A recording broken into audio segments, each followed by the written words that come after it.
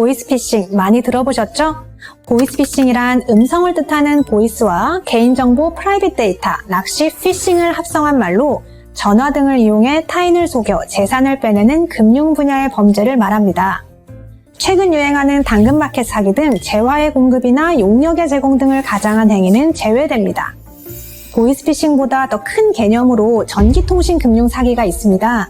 전기통신 금융 사기란 방금 말씀드린 보이스피싱 외에도 파밍, 스미싱, 메신저 피싱 등 전기통신을 이용하여 타인을 속여 금전을 빼내는 금융 분야의 범죄를 통칭합니다. 이전까지는 전기통신 금융 사기 수법이 주로 전화통화를 이용한 것이었지만 요즘에는 IT 기술 발달로 스마트폰이나 오픈뱅킹, 간편결제 등 금융거래의 간편성을 악용한 신종수법이 지속적으로 발생하고 있습니다. 지금부터 전기통신 금융 사기의 유형 및 수법 등을 알아보고 이를 예방할 수 있는 방법에 대해 말씀드리겠습니다. 전기통신 금융 사기 중 보이스피싱에는 두 가지 유형이 대표적입니다. 가족, 수사기관 등을 사칭한 경우와 대출을 빙자한 경우입니다. 사칭형은 신뢰할 만한 기관이나 가족을 사칭하여 개인정보 제공 및 현금 인출을 유도하거나 심지어 최근에는 직접 만나서 현금을 전달받기도 합니다. 대출 빙자형은 대출이 실제로 필요한 저신용자, 저소득층 또는 고금리 대출을 이미 받고 있는 채무자에게 금융기관 등을 사칭해 접근하여 신용등급 상향 조정, 보증금, 저금리 대출 수수료 명목으로 돈을 요구하는 수법입니다. 두 번째는 파밍입니다. 이메일이나 원격 프로그램 등을 이용하여 피해자의 PC에 악성 코드를 설치함으로써 금융회사, 공공기관 등의 정상 홈페이지 주소로 접속하더라도 실제 사이트와 매우 흡사한 가짜 사이트로 이동되도록 하여 계좌의 비밀번호, 보안카드 번호 등의 금융거래 정보를 편취하는 수법입니다. 이 수법은 포털 검색 등을 이용해 정상적으로 금융회사 홈페이지에 접속해도 가짜 피싱 사이트로 이동하게 되므로 피해자들이 사기 여부를 사전에 인지하기가 매우 어렵다는 특징이 있습니다. 마지막으로 스미싱입니다. 무료 쿠폰, 결제 내역, 결혼식, 돌잔치, 청첩장 문자 등을 보내서 피해자가 메시지 내의 URL을 누르면 악성 앱이 설치되게 하는 수법입니다. 설치된 악성 앱을 통하여 피해자의 개인정보를 갈취하여 금전 피해를 끼치거나 휴대전화에 저장된 모든 사람들에게 동일한 가짜 문자 메시지가 전송되는 수법입니다. 이 수법은 여러 명이 동시에 피해자가 될 수 있어 상당한 주의가 필요합니다. 그럼 이러한 수법들이 어떤 방법으로 이루어지는지 대표적인 사례를 통해서 자세히 알아보겠습니다. 먼저 신뢰할 만한 기관을 사칭한 실제 사례입니다. 여보세요. 안녕하세요. 저는 농협저축은행 정재원 과장입니다. 안성욱 씨 되시죠? 무슨 일이시죠? 네, 이번에 대출하신 건 때문에 연락드렸어요. 대출 진행 완료를 위해서 한 번 더 본인 확인이 필요해서요. 어떤 확인이 필요하신가요? 네, 대출 진행하신 금액이랑 주소 그리고 주민번호의 확인이 필요합니다. 이번에 신청하신 대출 금액을 확인해 주실 수 있나요? 제가 이번 5월 10일 날 농협저축은행에서 2억 원 대출 신청했습니다. 네, 확인 감사합니다. 주소와 주민번호도 한 번 더 확인 부탁드리겠습니다. 660530-123456-7이고요. 주소는 서울시 동대문구입니다. 네, 확인 감사합니다. 대출 완료 확인되셨습니다. 여보세요. 안녕하세요, 안성씨. 저는 금융감독원 여신금융검사국 최수혁 팀장입니다. 무슨 일이신데요? 예, 5월 10일에 대출 진행하셨죠? 진행하신 대출이 불법 대출로 금융업법 위반으로 전화드렸습니다. 제가 한 대출이 불법이라고요? 네, 진행하신 대출이 불법이라 구속수사 진행 예정입니다. 구속수사 진행 전에 대출하신 원리금을 저희 금감원에 전달해 주시면 참고인 조사로 진행할 수 있습니다. 원리금을요? 예, 저도 확인해 보겠습니다. 네, 지금 사건과 제 신분을 한 번 더 확인시켜드리기 위해서 사건에 대한 금감원 공문 및 제 명함 먼저 전달드리겠습니다. 자, 받으셨죠? 예, 받았습니다. 금일까지 구속수사 승인 예정입니다. 조속한 확인 및 진행 부탁드려요. 예, 알겠습니다. 잘 보셨습니까? 이 영상은 사기범이 2인조로 피해자에게 접근한 사례로 한 명은 은행 소속 직원을 사칭하여 개인금융 정보를 수집하였으며 그 정보를 바탕으로 또 다른 사기범이 금융감독원으로 사칭하여 피해자에게 대출된 금액을 갈취한 사건입니다. 사기범은 피해자에게 주말 동안 인출을 재촉하였는데 이는 피해자가 주말 동안 사실관계 확인에 어려움이 있다는 것을 알고 악용한 실제 사례입니다. 통상 수사기관 등을 사칭하여 피해자들이 당황하도록 심리적 압박을 하고 현금을 안전하게 보관해주겠다는 명목으로 현금 인출을 유도하거나 특정 계좌로 자금 이체를 하도록 유도한 뒤 편취하는 수법을 사용합니다. 두 번째로 문자 메시지, 카카오톡 등을 통해 가족 혹은 지인을 사칭하여 긴급한 사정을 이유로 피해자의 개인정보 및 금전 이체 등을 요구한 사례를 함께 보겠습니다.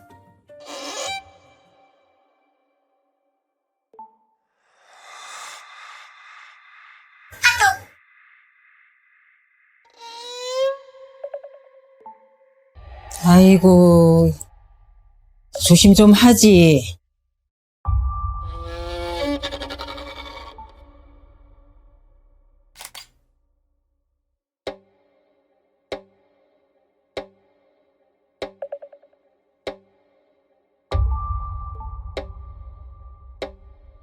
위 사례는 자녀를 사칭함으로써 부모의 이성적 판단이 흐려지는 취약점을 공략한 피싱 수법으로 2억 6,700만 원의 피해가 발생한 실제 사례입니다. 최근 메신저를 활용한 비대면 소통이 증가하면서 유사한 사례가 계속 발생하고 있습니다. 세 번째로는 취업 관련 금융사기입니다. 구직 중인 사람들에게 접근하여 특정 회사에 취업이 되었다고 한 뒤 피해자의 각종 금융 정보를 편취합니다. 오, 괜찮은데? 지원해봐야겠다. 네, 여보세요? 예, 이승준님. 건설회사 과장 장필규입니다. 스펙이 좋으셔서 아르바이트 바로 해주시면 좋으실 것 같아서 연락드렸습니다. 네, 감사합니다. 혹시 언제부터 나가면 될까요? 예, 다음 주부터 나와주시고요. 그리고 일단 저희는 승준 씨가 이번 달 중순부터 일을 하셔도 한 달치 월급을 드리고 있거든요. 근데 중간에 회사를 그만두시면 저희도 손해가 생길 수 있어서 아르바이트 처음 하시는 분들에 대해서는 저희가 통장을 한 달씩 관리하고 있습니다. 괜찮으실까요? 네, 그럼요. 괜찮습니다. 예, 그럼 오늘 저희 강대리가 승준님께 방내서 승준님 통장과 카드 받아갈게요. 그리고 전해주실 때 비밀번호도 함께 전달해 주시고요. 네, 알겠습니다. 감사합니다. 잘 부탁드립니다. 왜 전화가 안 되지? 이상하다. 여기는 강남경찰서 박진희 형사입니다. 승준님께서 가지고 계신 농협은행의 통장 양도 관련해서 사기범죄에 이용된 기록이 있어 조사차 나와주셔야 될 것 같습니다. 네? 사기 범죄요? 제가요? 방금 보신 사례는 잔액이 없는 통장, 공인인증서 등의 개인금융 정보를 넘겨주어 다른 금융사기의 대포통장으로 사용된 사례입니다. 취업한 회사에서 출입증 발급, 급여 이체 등을 위해 필요하다며 잔액이 없는 통장, 체크카드와 비밀번호 등을 요구하는 경우에는 반드시 사기를 의심해야 합니다. 주로 아르바이트 정보 사이트에서 보이스피싱 사기범들이 구직자들에게 접근하는 경우가 많이 있어 주의가 필요합니다. 이처럼 날로 다양해지는 수법의 보이스피싱을 사전에 예방하기 위한 방법을 알아보겠습니다. 먼저 정부기관이나 금융기관은 어떠한 경우에도 전화나 문자로 금전 및 개인정보 요구를 하지 않습니다. 내가 불법과 연루된 피의자가 되었다고 하여도 지인이 급한 상황이라고 개인정보를 요구하여도 사실 10분 내에 바로 돈을 보내야 하거나 조치를 취해야 하는 일은 많지 않습니다. 출처가 의심스러운 전화나 문자는 잠시 종료하고 옆에 있는 지인의 전화기 등 다른 방법으로 내용을 다시 차분하게 알아보는 것이 중요합니다. 또한 T전화, 후후, 후스콜과 같이 의심스러운 전화를 표시해주는 스마트폰 앱을 적극 활용하는 것을 권장드립니다. 다음으로 문자 등에 포함된 의심스러운 URL은 절대 클릭하지 말고 스팸 신고 등을 한 후 문자를 삭제하셔야 합니다. URL을 클릭하면 PC나 스마트폰에 악성 앱이 설치되고 사기범들은 설치된 앱을 통해서 개인정보를 갈취하여 사기범죄에 이용합니다. 사기범들은 허위 카드 결제나 택배 안내부터 시작하여 백신 예약까지 온갖 유형의 스미싱을 시도하고 있습니다. 따라서 항상 의심하는 습관이 중요합니다. 마지막으로 통장 양도 및 매매는 절대 하지 말아야 합니다. 타인에게 대가를 수수하기로 약속하고 통장을 대여하는 행위, 또는 대가 수수가 없다 하더라도 사기에 이용될 것을 알면서 대여한 행위는 모두 범죄에 해당합니다. 또한 의도하지 않은 경우에도 내 계좌로 돈이 입금된 후 잘못 보냈다며 이체 또는 현금을 전달해달라는 차고송금 수법을 통해 나도 모르게 범죄에 가담하게 될 수 있습니다. 내 통장이 범죄 피해자의 자금 수급책이 된 것입니다. 다음으로 피해 예방 제도에 대해 간략히 알려드리겠습니다. 첫째는 ATM 지연 인출 제도입니다. 100만 원 입금 시 이체 및 인출을 30분 지연시키는 제도로 사기범들의 현금 인출 시간을 지연시키는 효과를 통해 피해를 줄이고 있습니다. 다음으로 지연 이체 서비스입니다. 작은 이체 시 일정 시간 송금 및 이체를 지연시키는 서비스로 피해 시 구제를 위한 시간 확보 효과가 있으며 본인이 직접 신청해야 하는 서비스입니다. 입금 계좌 지정 서비스는 내가 지정한 계좌 외에는 일일 100만 원 이내 소액 송금만 가능한 서비스로 모르는 계좌로의 송금을 사전에 차단하여 피해를 사전에 방지하는 제도입니다. 마지막으로 해외 IP 차단 서비스가 있습니다.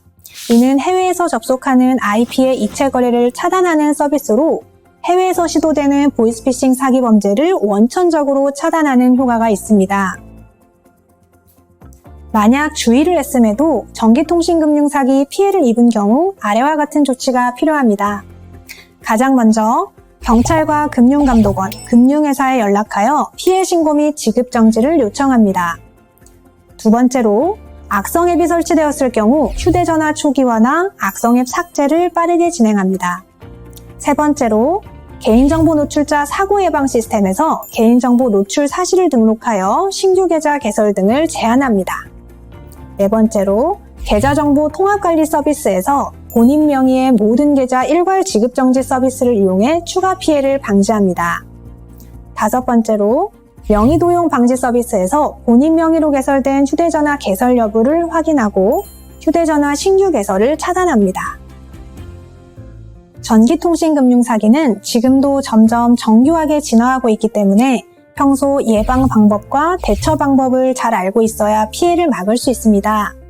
모두가 항상 경계하는 마음을 가지고 의심스러운 연락이나 문자는 항상 천천히 확인하는 습관을 가지시기를 바랍니다.